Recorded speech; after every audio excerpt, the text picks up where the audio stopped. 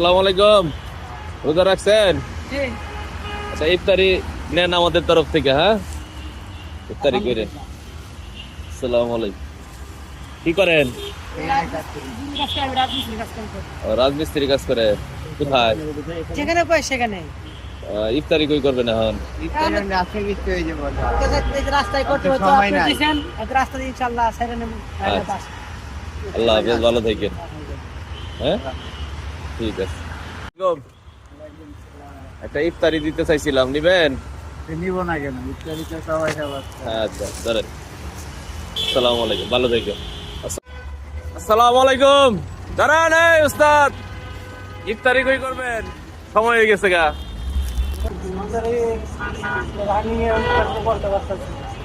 কেন, ইফতার ব্যবস্থা করছেন?